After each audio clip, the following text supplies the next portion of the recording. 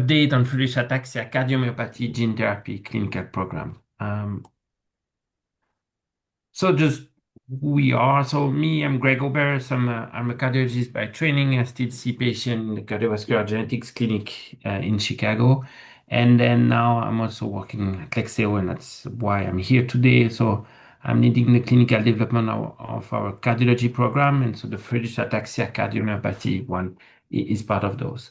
And then with me today, there's Dr. Duquette, a neurologist at the CHUM in Montreal.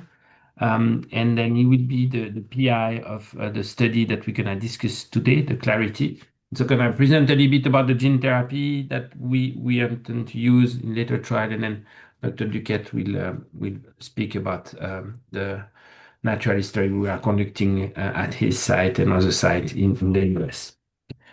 So there is some disclosure and disclaimer that we have to share first, and then we can get started. So today we're gonna speak first about the overview, right? Why and how the heart is affected in Friedreich ataxia. Then the gene therapy approach and the Lexeo gene therapy that we called LX 2006. Then Lexeo clinical program for LX 2006, this Clarity FA, so this natural history that have been started in Canada, in US, and then continue to start in couple place in US and later in the rest of the world that gonna serve as a natural history for later. Once we have a treatment arm, we have a good way to compare the data we obtain in the treatment arm versus this natural history, and then some questions. So frataxin, as you may know, is a gene is involved in making energy for your body, right? So the frataxin genes tell your body to make an important protein that is called frataxin. So how the frataxin work is a protein that go to the mitochondria, and the mitochondria is really what make the energy in the cells. Whatever you eat, at some point, it'll come to the mitochondria, and there's some electron that been transported and then create ATP. That's really the source of energy for any cellular function. So with Friedreich ataxia, there's a change or a mutation in the frataxin gene. And basically, this frataxin gene cannot be read anymore, and so there is no more production of the frataxin protein that don't go in the mitochondria. So the mitochondria don't work very well. And then why is it specifically important to specific tissue like the brain, the muscle, and the heart? Because obviously, if you think about it, especially the heart in this case, it's an organ that beats 24/7, no matter if you have eaten, if you have sleeping or not. So you always have to have some form of energy that are coming from those mitochondria. So if you have a small problem in the mitochondria with the lack of frataxin, then there will be issue in these organs, such as the muscle also and the brain that also are organs that need a lot of energy, and so mitochondria. So why the heart matters? I told you a little bit because it's need a lot of energy, and so if the mitochondria doesn't work well, then they're gonna have some issues. So, but without frataxin protein, so those mitochondria in the heart do not work properly, and so the heart has to work harder to make up for it. It doesn't might not make a lot of sense to think you work harder when you have less energy, but what that means overall is that there's added stress on the heart, and it tries to cope with this stress by hypertrophying. So it gets bigger and bigger, as you can see here, as the disease progresses. So it's called hypertrophy, the fact that it's thickened. It can be also more stiff, and that causes a lot of issue as well. And so overall, all those heart muscle diseases are called cardiomyopathy. And so for Friedreich ataxia, there's about 80% of people with Friedreich ataxia that's gonna develop cardiomyopathy. So it's really important, we say here, to have cardiologist as part of the team to make sure this is follow up and then looked for. So treating Friedreich ataxia cardiomyopathy now, the gene therapy approach. So there are currently no approved treatment specifically for the cardiomyopathy of Friedreich ataxia, right? There is the Skyclarys that have been approved in a lot of countries now, but it's more for the ataxia than specifically for the heart. The usual treatment for other type of cardiomyopathy may not be helpful for people with Friedreich ataxia cardiomyopathy. So there is treatment for heart failure that could be given in some late stage of disease. However, there's no treatment yet that really gonna target the underlying cause of the disease in Friedreich ataxia. So One approach to treat the heart effect in Friedreich ataxia is gene therapy. We're trying to go replace what is missing, so the frataxin gene, and hope to reverse all the problem. So what is gene therapy? So gene therapy is a way to treat or even to prevent, ideally, the impact of a genetic disease by fixing or replacing the genes, or really by trying to fixing the original problem of the disease. So in this case, this is the FXN gene that have some GA repeats somewhere in the genome, and so it cannot be read properly, so the protein cannot be made. So one way the gene therapy can achieve this is by delivering a version of the gene that don't have those bad repeats and can be read properly, and so really produce the protein frataxin. How we do that? To be effective, the gene must reach the cell that need it, right? So in this case of cardiomyopathy, obviously is the heart, and then so we use a vector delivery vehicle that will target primarily the heart. It might go elsewhere too, but the goal is really to look at the heart first. And this is done by using those vectors that are virus, but we'll go see on the next slide. So once inside the cell, what this virus does is going to deliver the genetic material. So meaning this gene that we have, this good frataxin gene, going to go inside the nucleus and do the work that the gene is supposed to do, produce the protein. The protein should go to the mitochondria and then make the mitochondria work properly. So this is another schematic to show you from the beginning to the end. So here, that's the viral vector we use, AVRH10. If you have heard about gene therapy, almost every company have a slightly different virus vector, but overall they're all AAVs, adeno-associated virus. And so they're very small, and they're able to have a copy of the frataxin gene here that is there. So you're gonna enter the cardiomyocyte, get the gene out to the nucleus, and then the gene can be transcribed to a functional frataxin gene, and then have the mitochondria work properly. And so the hope is that obviously it will improve the heart muscle function at the end. So just where we at with our program. So for the Friedreich ataxia. So we have completed a phase 1/2 study that was actually at two different sites. There is the Sunrise FA that we call it, is the Lexeo sponsored trial that had been conducted in US only at USF in Florida, UCLA in California, and then also at the Mayo Clinic. We also working hand in hand with our founder, Dr. Ron Crystal. We invented this virus that still have his lab and in his research at Cornell University in New York, where some patients had been dosed there. And so some of those data had been pulled, and then you can look at it on our website. But basically, it was a trial of 18 to 50 years old with a diagnosis with Friedreich ataxia and evidence of cardiomyopathy. So some form of heart disease. It was pretty broad for this first study. It was done in the US, and all participants received an IV injection of this LX2006. There had been 17 patients to date that had been treated with that. And so it was the first in human study. So we looked at safety, the amount of frataxin protein that were expressed in the heart. We measured the heart health through MRI, some questionnaire, and also some other neurological endpoint to see if there was any effect on the ataxia itself. So we done enrolling patient there, and we continue looking at those patients and get more data specifically on the heart and on the ataxia symptoms. So why we're here today is because of the next step, and then Dr. Duquette is going to speak about that in a few minutes. But so Lexeo plan to start a new study by early 2026. So when I say a new study, it's a new investigational study with the virus, right? That should start hopefully early 2026. And the participant will be given the investigational gene therapy LX2006. And the FDA has agreed to a plan to have also children and adolescents and Canada also. And that we will not require a placebo arm in this study. So why it's important if we don't have a placebo? It's important because we need a natural history where patient will be followed for the specific biomarker we look at later in this investigational study. So that's why this Clarity FA natural history is now enrolling, and then I'm gonna let Dr. Duquette discuss that a little bit. Thank you, Greg. Um, I'm going to introduce what the concept of natural history studies, what the concept of natural history studies is, and why these are important.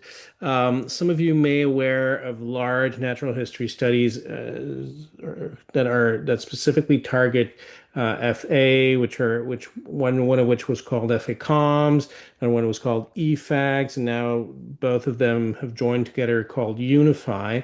Um, and these are examples of natural history studies specifically about Friedreich's ataxia. Now, natural history studies are studies that are designed a bit like a clinical trial where we have a series of clinical evaluations, but where there is no intervention. So it really is designed to track how the disease progresses over time, and we have to, and it helps us understand how the disease evolves and also helps us develop new ways of measuring the disease, how to better diagnose it earlier, how to better manage certain symptoms.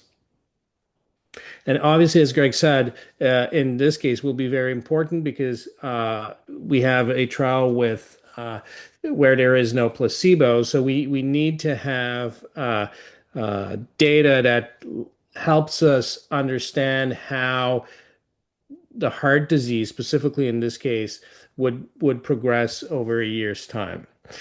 Now, I've talked about all these other FA-centric natural history studies, but these were mostly designed by neurologists, and it's mostly neurologists who have been involved in these studies. So we have a better understanding of the neurological disease, but not necessarily a very good understanding of the cardiac disease. So this is why this will fill a very important gap.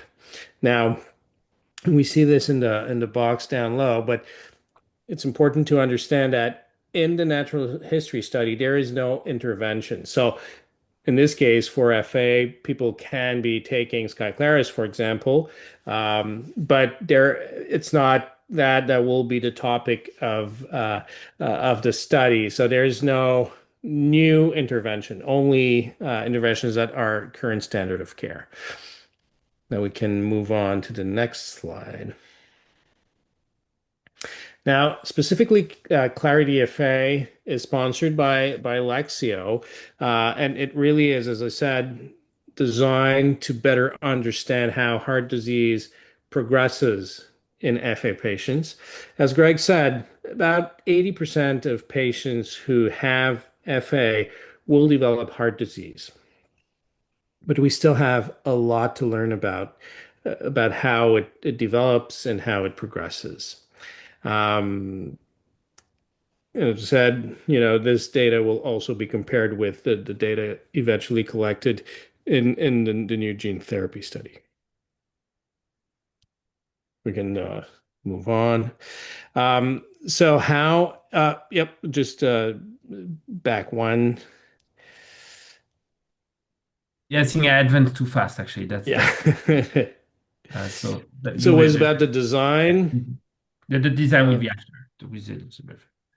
so who's eligible? So yeah. All right. So patients who can participate in this study are patients who have a genetic confirmation of FA. There is no set size of expansion, but we really need to have a genetic confirmation, and there must be evidence of cardiomyopathy. Um, Specifically in this study, there are some specific criteria on MRI. We often don't have that clinically, especially for example, for my patients, we rarely do cardiac MRIs.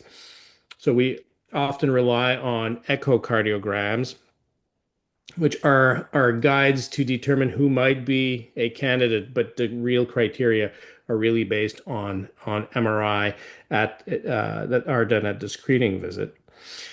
So as Greg said, the eventual gene therapy will can be given to younger individuals. Specifically for Clarity of Fate, a natural history study, there will be two groups: participants or individuals who are 16, ages 16 and up, and other individuals between the ages of 6 and 15. At our center, since we're an adult hospital, we can see patients or individuals who are 14 and up. And once we evaluate patients, then we're able to get a better sense of whether or not they meet all the different inclusion and exclusion criteria. This study, the global, it will be a worldwide study, but we've already been activated, so we've started screening for first patient this week.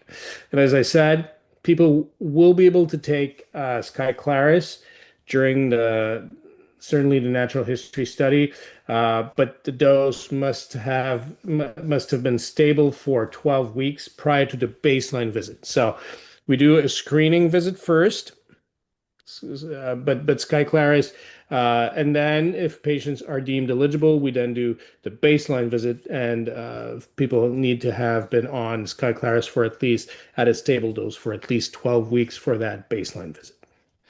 We can move forward. So here's the timeline. So as I was saying, there is this screening visit where we do the MRI and determine whether patients fit within these criteria. Then we have the baseline visit, which is the visit at which we collect all the information, and information will be compared to that first visit. The information collected at all the three other time points will be compared to that first visit, and there are four visits in addition to the screening visit over a 1 year period. And there will be a series of assessments, lab tests, imaging, questionnaires, safety assessments. Uh, and we'll obviously be doing, clinical evaluations at those visits. As said previously, there is no gene therapy given during the natural history study or during the Clarity FA part. We can move forward. Lexeo Therapeutics is the sponsor for this study. As is the case for any clinical research or research project, participation is voluntary. Participants can withdraw at any time without any penalty, and doesn't change anything regarding follow-up. Patients are not receiving any direct payment for their participation, but travel related, study related travel expenses will be reimbursed for this study. There can be risks involved with participation. Typically, for natural history studies, the risk really is minimal. Blood draws, doing an MRI. So for someone who's claustrophobic, the risk might be slightly higher, but typically risk is minimal in these natural history studies. So if you're interested in hearing more, or you're interested in participating, you can reach out directly to this email address.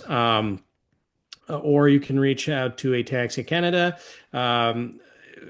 For several studies in the past, we've seen patients from 5 different provinces, going as far as Alberta, and out east, New Brunswick. So we're happy to accommodate you if you're interested in participating. And so Lexeo wanted to thank you for your interest in this study, and they're quite happy to partner with Ataxia Canada to support the FA community. I think we're now the floor is now open to your questions. Mhm. Great. I'll start with a few questions that were asked at the previous meeting. So just so we have the information available for all. Would you like to talk about, there was the sunrise, which was the 17 patients who had the gene therapy. And then now we're going into Clarity, this natural history study. Would you like to talk about some of the maybe some of the risk associated with gene therapy? Yeah, sure. So I can take this one. So yeah, so we'll go general first and then focus a little bit on our program. So obviously, gene therapy are coming with some risk, right? And then basically they due to the fact that we inject a pretty consistent dose of virus into the venous system, and then our body is made to react to virus intrusion. It's the inflammatory system, and that fight that. So if we look at specifically at this Friedreich ataxia gene therapy, we actually in the lower range of dose compared to other disease because the frataxin doesn't seem to be expressed, need to be expressed too much to reoperate as we would like. But still, so once we give a virus to patient, we need to give some immunosuppression treatment, which is the prednisone, in this case, only for 3 months to make sure there is no over inflammatory response to the virus and also to make sure the virus can do its work and go to the cell without being killed by the immune system. And so the risk that are inherent to that is that there is some immunosuppression, so there's an increased risk of infection. The risk of the virus itself can make some inflammatory complication, and that's some of the issues that happen in other trial. Out of the 17 patients we have treated so far and across our program, we didn't have those complement activation, so those bad inflammatory response that can be seen with gene therapy. The other things we look for is the liver. You can have some elevation in the liver enzyme following that because a lot of the virus go to the liver. Then, if I speak a little bit more about Sunrise FA and this this Cornell study, altogether 17 patients had been dosed. At that time, we were a little bit broader how we were defining the cardiomyopathy. It was not only the one with the thicker heart, it was you could have change in the EKG, anything like that. So what we found out is in the 17 patient, and there's some information on our website, is that if we look at the patient who has this high LVMI, like we are looking for now, we really had a significant decrease in the size of the heart, so a positive effect of the drug on the size of the heart, and then for certain patient that had a low ejection fraction, an improvement as well. So and then we're looking at other things. Obviously, that's all the cardiac marker we're looking at, and then we're looking also at the neurologic marker as well to see if we can see an improvement here as well. I think that's about it for the question, right? Or Yeah. We also had some question about the when it comes to gene therapy, a little bit of within the technology itself is the risk of off target. If you'd like to talk maybe a little bit about that. yeah, so the off target, right, is having the gene going elsewhere that where we intended to go at the beginning. And then the off target for this disease in particular might be beneficial for us. And we have construct the virus with that in mind, right? To give you an example, there is some gene therapy for specific cardiac disease, like other program we have, where you're gonna have to put in front of your gene what we call a promoter. Is really what gonna tell which cell to read this gene, right? So for some cardiac disease, we're gonna put a cardiac specific promoter. So that means it's only the cardiac cell that can read this gene and produce the protein. For frataxin, because we know in the Friedreich ataxia, there is other issue than the heart. There is neurological finding, there is ataxia by itself. So we wanted to put a promoter at the front of the gene that can be expressed anywhere that the virus will go. So in case it will not go only to the heart, it could have potentially have beneficial effect. I want to say that we don't expect the virus to cross the blood-brain barrier and to have an effect centrally on the cerebellum or on the brain, but we're hopeful that it might have some effect on the muscle, on the peripheral nervous system, and if it's the case, then the gene can be transcribed there. Great, great. So we talked about people who are eligible have some form of cardiomyopathy. Can somebody have, let's say, um, an effect on their heart and not know it, not be symptomatic and still be eligible for the study?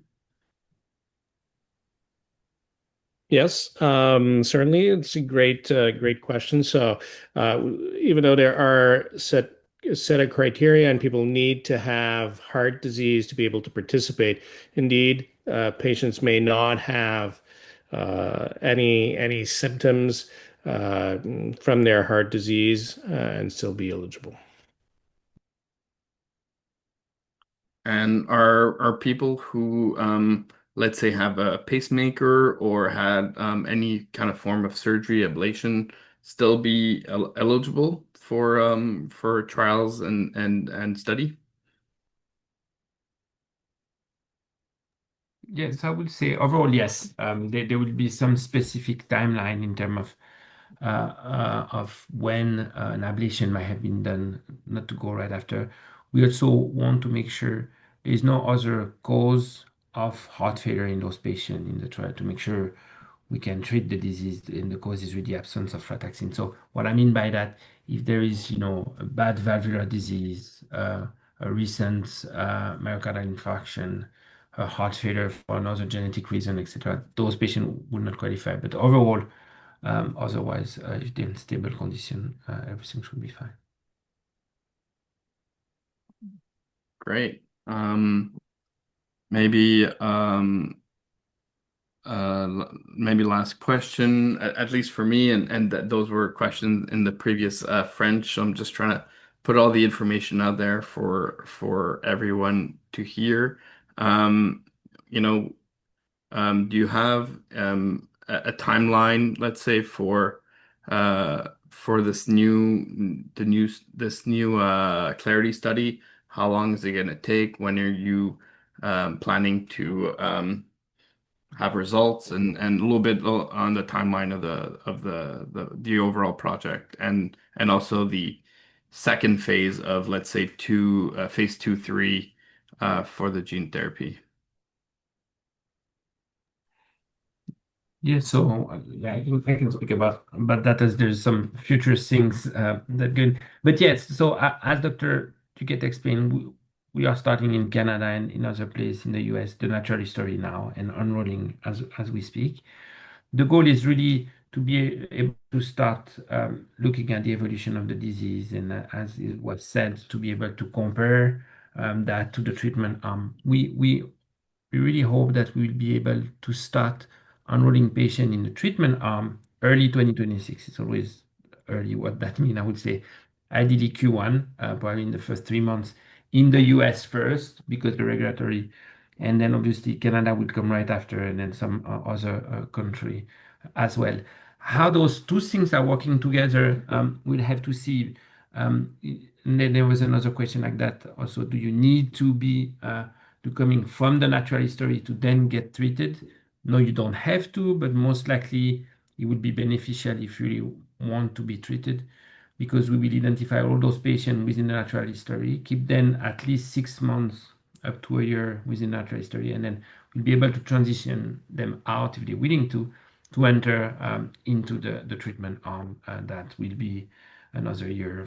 The treatment arm, we have to follow the patient for 5 years for safety reason, but all the primary endpoint will be look much earlier, around 1 year. Great, thank you. Do we have any question in the audience?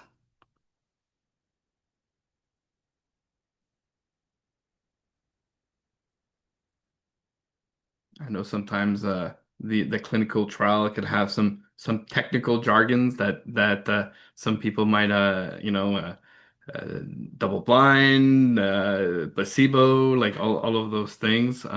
If you want, you could also just type in your question if speech is more of an issue for you.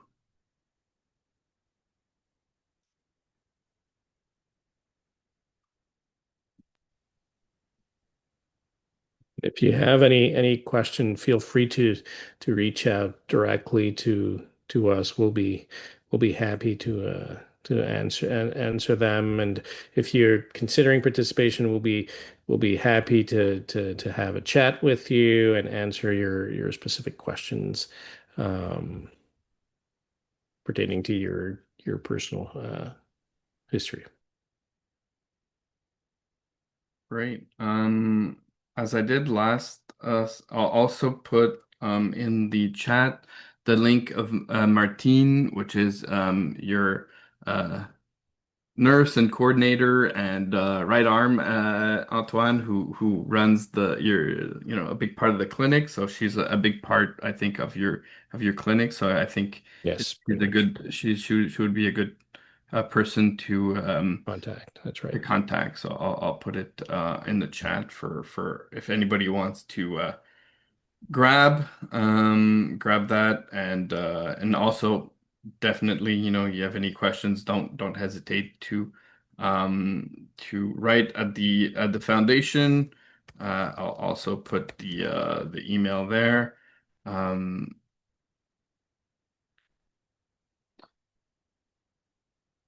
Great. Um, so yeah, if that's it for the question period, I thank you all for your time and thank you all for being there. I know it's not easy on a weekday night to come and see one of these, but we thank you for your presence. Thank you very much.